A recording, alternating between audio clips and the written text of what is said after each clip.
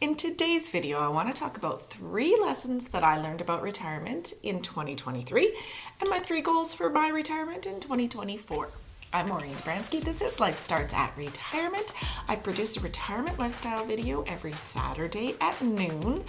And please consider joining our Facebook group. It's growing incredibly. Facebook.com/group/Life Starts at Retirement. Now, I used to be a big, huge goal setter. Every year on my birthday, which was last week, it's the day after Christmas, but every year on my birthday, I would sit down and I'd read this book and I'd go through it and I'd make notes and I would think about setting goals. I would plan, I would write, I would break them down, I would put timelines around them. And I loved it. I loved every minute of it. And I thought I would do that every year for the rest of my life. But today, after being retired or kind of semi-retired for quite some time now, I don't have any desire whatsoever to do that big, huge goal-setting exercise anymore. I guess it's like my big goals for life have kind of changed, and I don't want to do those day-to-day really tough goals anymore. But every year, still on my birthday, I still put some thought into what I achieved the year before and what I'd like to see happen in the new year. Just a very different kind of laid back way, kind of a retired way of looking at goal setting. So this year, what I did is I went for a long walk. I didn't take my phone. I didn't have my headphones. So I was walking, just thinking, which is unusual for me. Usually I have something blaring in my ears, but I was just thinking. And I thought about life. I thought about retirement. I thought about the future. I just was thinking. And it was really good to do that, to just think. And so here are sort of the top 3 things that I thought about that I learned in 2023 about retirement. So number 1, it costs way less than I thought it would on a day-to-day basis. Now, I say day-to-day because I'm no longer commuting to work. I don't have that drive every day. I don't need gas. We fill up the car very rarely. I don't need any work clothes, shoes. I don't get my hair done like I used to, nails, nothing. None of that stuff for work is there on a day-to-day basis. I don't eat lunch out every day, which I used to when I worked downtown. The cost on a day-to-day basis is actually surprisingly low for us at least, on being retired. But that leads me directly into lesson number 2. The special events, I'm not sure what to call them. I'll call them special events, but I'll explain what I mean. But the special events in my retirement are actually way more expensive than I thought they would be. So day to day, easy, inexpensive. But these big things, so things like travel. We want to travel.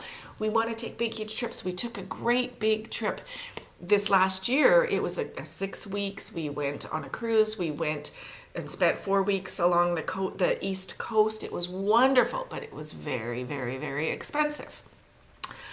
We want to put in a hot tub.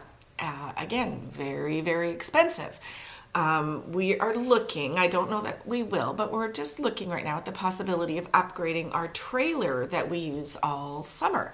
Again, very, very expensive. So although the day-to-day costs are reasonable, the big things that we want to do in our life are not. And so that brings me to lesson number 3, balance. So I've learned that we can control, like on a daily basis, what we spend, even saving somewhat on a day-to-day basis at times. But I've also learned to open up my wallet and spend on those things that we've always wanted to do in our lives. So the big things, like I say, the special events. You see, because I was always the cheap one in our marriage. I said, no, don't spend, let's save. I just hated spending money. And it's taking me 61 years to learn the balance, to save when and where it makes sense, but to spend where and when it makes sense, because we're getting older and we want to see things and we want to do things. So balance. That's the 3rd lesson that I learned for 2023. But on my walk last week, I also thought about things for 2024. And although I didn't do the big, huge goal setting, I do have some things that I'd like to achieve in my retirement, or heck, even in my life for 2024. So the first, health. I'm not in bad shape, but there's a few things that I know I need to do. I need to cut down on my drinking, definitely. I eat far too many carbs. I love bread, pasta, rice. I really just want to change up a little bit of that and adding some more vegetables and some more healthy things into my life. And I don't exercise on a regular basis. I do a lot of walking, but I want to add some exercise into my life. I don't need to become a fitness guru, but I would like to add a few things back. So last night I ran into some ladies that were out with us last night, and we decided we're going to take this dance class. It's a fun way to get fit. I love dancing. So there's a dance class here in our community, and I'm going to do that. And then I have a number in my head of what I want to weigh, and it's just 12 pounds, nothing huge, but those 12 pounds are going to be gone this year. So those are some of the things that I want for 2024. Now, the next one is what I call just being busy. I know myself, I go absolutely stir crazy when I'm not busy. So I've said I'm going to take that dance class. I had joined a ladies golf group that I've attended the odd time. I'm going to go to more events for these ladies golf groups. There's an Aquasize class that I've looked at and just never gone to. I'd really like to go to that Aquasize class. So those are sort of the formal things that I want to do to keep me busy, but I know myself, and it's not going to be enough to not go crazy or go stir crazy. And so I think I mentioned in previous videos that I'm very fortunate because I'm a destination speaker on cruise ships. We have a lot of cruises booked for the next year and a half, and that means a lot of research and a lot of writing to do, and I love it. I'm not sure why I hated school so much when I was in school, but doing this research and writing these speeches is amazing.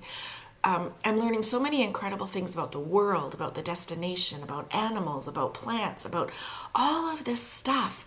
And so I have all of these speeches to write as well for the cruises. So all of that's going to help keep me busy and not be a little bit stir crazy in the house. And then the last goal for me for 2024 is maybe a little bit selfish, especially when I say it out loud, but I've always sort of been the caretaker in our family. Oh, Maureen will do it. Give it to Maureen. Maureen will take care of it.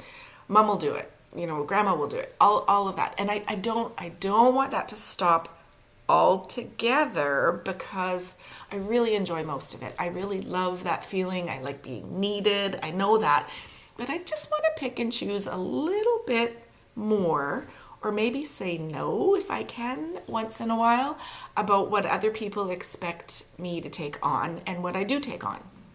So those are the top 3 things that I'll focus on this year. Now I'd love to hear from you. What were the 3 lessons that you learned in your retirement or your life last year? What do you want to achieve for your 2024 retirement, or even do you want to retire? I would love to hear from you if you'd like to comment in the comments.